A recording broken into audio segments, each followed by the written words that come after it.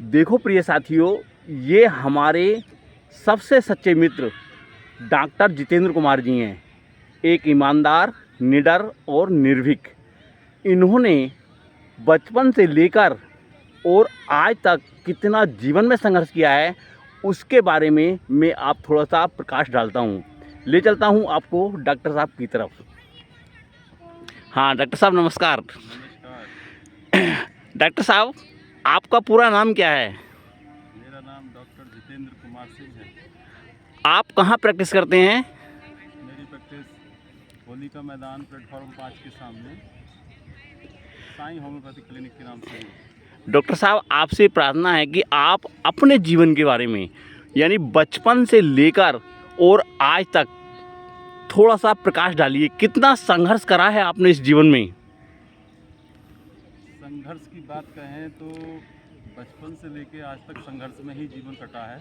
जी और high school और second year की पढ़ाई पूरी करने के बाद में जी जी जो कुछ भी अपने जीवन में करने की सोचा वो सेल्फ ही किया है, स्वयं ही किया है। जी जी पेरेंट्स के ऊपर डिपेंड ना रह करके खुद करने की कोशिश की है जी जी और जीवन में आगे बढ़ते रहे जी और सेल्फ अपना करते रहे।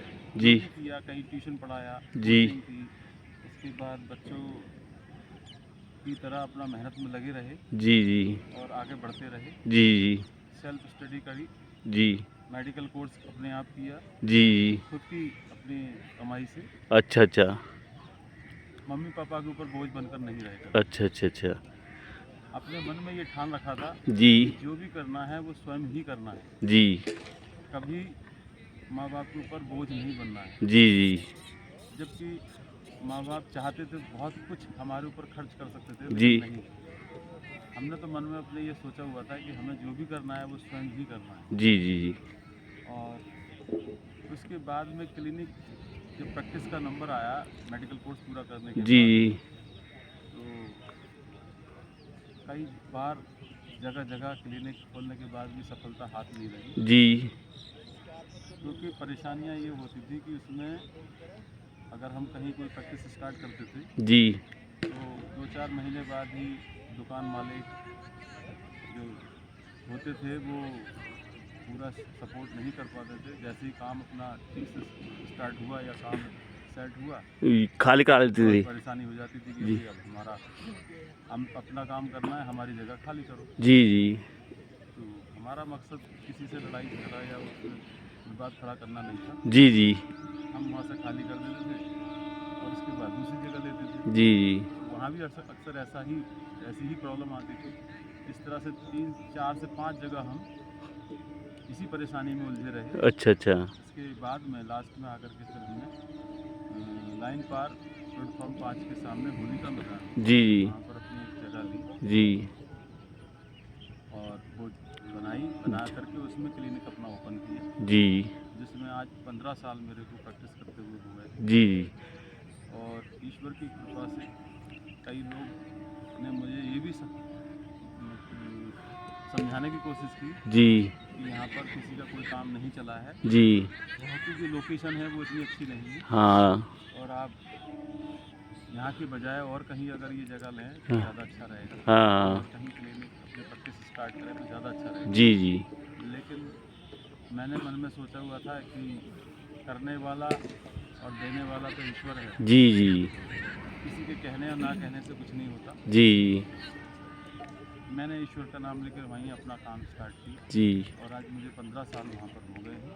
हम्म और ईश्वर की बड़ी कृपा है कि वहीं से मेरा सारा काम चल रहा है। जी जी मैंने अपने 2 बच्चे हैं मेरे पास, एक बेटी एक बेटा, दोनों को मेडिकल कोर्स करा दिया है। जी दोनों अपनी लाइफ में सेटल हैं जी और ईश्वर की कृपा से मुझे भी किसी तरह की कोई कमी नहीं है। जी जी गरीबों के लिए जी मेरे पास स्पेशल सहायता रहती है। अगर कोई बेचारा अपने के पास पैसे नहीं है इलाज कराने का, उसके पास पैसा नहीं है, जी जी तो मैं फ्री ऑफ कॉस्ट उसका इलाज कर देता हूँ। बहुत बढ़िया। और अगर किसी के पास मान लीजिए कम पैसे हैं जी तो ज़रूरी नहीं कि मैं उससे ये कहूँ कि नहीं भाई मुझे तो इतने ही जितने मेरी मेडिसिन है उतने ही पैसे चाहिए। हाँ जो है वो दे जाए, नहीं है तो वैसे ही ले जाए, जी जी ऐसा मेरा ध्येय शुरू से रहा है। जी। मैंने कभी अपने मन में ये नहीं सोचा कि अगर मान लीजिए कोई बहुत ज़्यादा परेशान या असहाय व्यक्ति है हाँ हाँ तो उसका नाजायज़ फ़ायदा उठाया जाए, जी और ईश्वर कभी ऐसी इच्छा ना बनाए। मैं ईश्वर से यही प्रार्थना करता हूँ जी कि हमेशा कम में गुजारा करना ही सीखा है मैंने। जी जी मैं कभी ज़्यादा की इच्छा नहीं रखता, और अपने सभी भाइयों से, मित्रों से यही अनुरोध करूँगा जी कि सेल्फ जो भी करे अपने जीवन में वो सेल्फ करे, किसी के ऊपर निर्भर ना रहे, जी जी अपनी मेहनत से करे। ईश्वर उसी में हमेशा हमेशा उनको खुश रखेगा, जी और सदैव उनके काम में कोई अड़चन नहीं आने वाली। जी। और डॉक्टर साहब, आपसे एक लास्ट प्रश्न है मेरा, आखिरी प्रश्न पूछना चाह रहा हूँ। आपने डॉक्टरी की लाइन ही क्यों चुनी, जबकि आप तो इतने काबिल थे, पढ़े लिखे थे, ईमानदार थे, हर तरीके से अच्छी लाइन में जा सकते थे, लेकिन आपने ये लाइन ही क्यों चुनी? मेरे माँ बाप पापा की एक इच्छा थी, फादर की, कि हम आपको आर्मी में भेजेंगे। जी जी और आर्मी में भी एयरफोर्स के लिए बहुत ज़्यादा जिज्ञासा थी हाँ कि एयरफोर्स की आप तैयारी करो। शुरू से ईश्वर की कृपा से जो स्वास्थ्य था वो ठीक था, पर्सनालिटी भी आर्मी के अकॉर्डिंग ठीक थी, जिसका हमने तैयारी करने की कोशिश की। जी लेकिन ईश्वर को तो कुछ और ही मंजूर था, हाँ क्योंकि सब कुछ अपने हाथ में नहीं होता। जी मैंने तैयारी की और उसके बाद में उसका फॉर्म वगैरह फिलअप किया जी। उसका, लेकिन वो फॉर्म ही रिजेक्ट हो गया। अरे ईश्वर को कुछ और ही मंजूर था। और वहाँ के बाद में जी जी मैंने एक एक्सपोर्ट में थे, हमारे एक मित्र थे जी रिश्तेदार, उनके जॉब थी करीब 1 साल। उन्होंने मेरे को, जब वो मेरे काम को देखते थे तो बड़ा मतलब बहुत ज़्यादा खुश होते थे। कहते थे कि भाई आप तो इतने मेहनती हैं और आपको ये लाइन आपको सूट नहीं कर रही है, आपको तो किसी दूसरी लाइन में जाना चाहिए, डॉक्टर इंजीनियर कुछ बनना चाहिए। तो उन्हीं से मुझे मोटिवेशन मिला, और उन्होंने मुझसे एक दिन बैठ करके बोले कि भाई कुछ भी करना, कैसे भी करना, आपके मतलब कि ये लाइन नहीं है, आप लाइन अलग चुनो, अपने चाहे तो इंजीनियर बनो या डॉक्टर बनो। और रही बात सपोर्ट की, तो जो भी सपोर्ट हो सकेगा मैं करूँगा आपका, लेकिन आप इस लाइन में ना पड़ें, क्योंकि मैं इस लाइन से बहुत अच्छे से वाकिफ़ हूँ। अरे वाह। और उनके कहे अनुसार मेरा माइंड सेट हुआ, और मैंने फिर विचार करने के बाद में मैं मेडिकल लाइन में आने की कोशिश की। जी जिससे एक मेरे फादर के एक फ्रेंड थे, doctor G S Tandon, Mau पे। मैं उनके पास जा कर के पहुँचा, मैंने उनके पास कोशिश की, उनसे बात की, तो उन्होंने कहा ठीक है आप मेरे यहाँ आओ, और उस टाइम के बाद फिर देखते। मैंने उनके यहाँ करीब 1 साल उनकी असिस्टेंस बनकर रहा जी असिस्टेंस की, और उसके बाद में उन्होंने मेरे को सलाह दी कि एक जो कोर्स है, मेडिकल कोर्स है, ये तुम कर लो, इससे आपका फ्यूचर आगे ब्राइट है। उनके कहे अनुसार मैंने उसकी तैयारी की, और मैंने उसमें एडमिशन ले लिया, और वहीं मैं अपना स्टडी भी करता रहा, और साथ में फीस भी मेरी डॉक्टर साहब ने ही भरी। अच्छा अच्छा, जी। तो और इस तरह आप डॉक्टरी लाइन में आए। जी जी, मैं कभी उनसे सैलरी नहीं लेता था, मेरी सैलरी का जो भी होता था वो सब मेरी फीस में जाता था। बहुत बढ़िया। और उनके कहे अनुसार मैं चलता रहा, मेरा मेडिकल कोर्स पूरा हो गया, उसके बाद मैंने अपनी प्रैक्टिस शुरू। बहुत बढ़िया बहुत बढ़िया। तो देखो, ये थे डॉक्टर जितेंद्र कुमार, जो लाइन पार में रहकर अपनी प्रैक्टिस करते हैं। एक ईमानदार हैं, ऑनेस्ट हैं, निडर हैं, सुबह सुबह फील्ड में घूमने आते हैं, इसलिए हमारी मुलाकात इनसे हो जाती है। तो प्रिय साथियों, मैंने आज डाला डॉक्टर जितेंद्र कुमार जी के जीवन का संघर्ष, बचपन से लेकर आज तक इन्होंने क्या संघर्ष किया, कितनी कितनी परेशानियों को झेला, और हमेशा ईमानदारी से अपना काम करते रहे। तो देखो प्रिय साथियों, हम आए हुए हैं रामनगरम में केजी कॉलेज में, और यहाँ सुबह सुबह सभी दोस्त मिल जाते हैं, और एक दूसरे की कहते हैं, सुनते हैं, और फिर अपनी सुनाते हैं, हमेशा खुश रहते हैं। मैं भी अपने जीवन पर थोड़ा सा प्रकाश डालना चाहूँगा। तो मेरे प्रिय साथियों, देखिए, मैं एक गरीब परिवार में जन्मा। मेरे लिए एक अभिशाप था कि मैं एक गरीबी में रहकर अपना जीवन यापन करता था।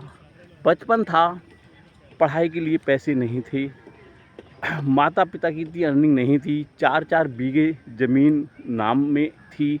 उसके बाद मैंने एक लक्कड़ की फैक्ट्री में काम किया और वहाँ से मैंने अपनी पढ़ाई पूरी की। लक्कड़ की फैक्ट्री में मेरे यहाँ पर कंधों पर ये मोटी गांठें हो जाती थीं। करीबन मैंने 5-6 साल तक लक्कड़ की फैक्ट्री में, यहाँ डबल फाटक बुलबुल की फैक्ट्री है, वहाँ पर रहकर काम किया और तब अपनी पढ़ाई शुरू की। पढ़ाई मैंने बीच में नहीं छोड़ी। उसके बाद मैंने अपना कपड़े का काम किया, फेरी पर रखकर कपड़ा बेचता था, गली गली में जाता था, ईमानदारी से काम करता था और हमेशा 2 पैसे कमाकर अपनी पढ़ाई को पूरा करता था। जीवन आगे चलता रहा। मैंने हाई स्कूल किया, इंटर किया, सारा प्राइवेट किया, क्योंकि रेगुलर के लिए मेरे पास पैसे नहीं थे और ना ही टाइम था। टाइम पैसे कमाने में निकालता था और उससे जो पैसा कमाता था उससे पढ़ाई पूरी करता था। उसके बाद मैंने एमए इकोनॉमिक्स से किया और पढ़ता रहा और लास्ट में जब ज़्यादा परेशानी हुई तो मैंने एक कोचिंग खोल दी बच्चों की और उस कोचिंग पर छोटे छोटे बच्चों को पढ़ाकर अपनी अर्निंग पूरी करने लगा। यानी कि मुझे खाने के लाले भी पड़ गए थे, बड़ी बुरी स्थिति थी। उसके बाद मैंने एक रेखा नाम की महिला से शादी कर ली और उस महिला के साथ यापन करने लगा। वो महिला बहुत होशियार और इंटेलिजेंट थी।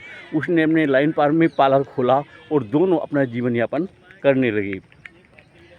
उसको टीबी की बीमारी हो गई और लास्ट में बेचारी उसकी डेथ हो गई। तो इसलिए मेरा जीवन, जितना मैं पैसा कमाता, जितना वो पैसा कमाता, वो उस बीमारी में लग जाता। इतना गरीब फिर हो गया, मैं एक एक पैसे के लिए मोहताज हो गया। तो मेरे दोस्तों, मैंने हिम्मत नहीं हारी और मेरा जीवन बहुत कांटों पर चला है। उसके बाद मेरे 2 बच्चे हुए। बच्चे को मैं स्वयं ही कोचिंग करता था और उनको पढ़ाता था। इसके बाद क्या हुआ है, बड़े लड़के की एयरफोर्स में नौकरी लग गई, वो वहाँ शिफ्ट हो गया। उसने भी बहुत संघर्ष देखा। आज वो बाहर सर्विस करता है और मैं यहाँ पर मुराद में रहकर अपना गुजारा बसर करता हूँ। तो प्रिय साथियों, ये था हमारे जीवन का बसर। तो चलते हैं, फिर कल मिलते हैं एक नई वीडियो के साथ। धन्यवाद। आपका क्या नाम है बेटा? आरव। आप कहाँ रहते हो? हम चाव की बस्ती। चाव की बस्ती में रहते हो? अच्छा, और पापा जी क्या करते हैं आपके? पापा बैंक का काम करते हैं। बैंक का काम करते हैं। तो आप यहाँ पर घूमने के लिए आए हो? हाँ। ठीक है, रोजाना आया करो बेटा, है नहीं? सुबह सुबह फील्ड में आना अच्छा रहता है। ये हमारे सभी साथी हैं जो सुबह फील्ड में आते हैं और यहाँ पर मॉर्निंग वॉक में करते हैं, सभी से मिलते हैं हम लोग। और भाई साहब कैसे हैं आप? बढ़िया, तो अच्छा लग रहा है घूमने। हाँ, घूमना अच्छा लगता है। ये हाँ फील्ड का मैदान है जहाँ पर हम सब लोग घूमते हैं। यहाँ पर साफ़ सफाई बहुत रहती है और हम सभी एक दूसरे के दोस्त हैं। बहुत अच्छा लगता है सुबह आधा घंटा पैदल घूमना, जिससे कोई बीमारी नहीं आती है।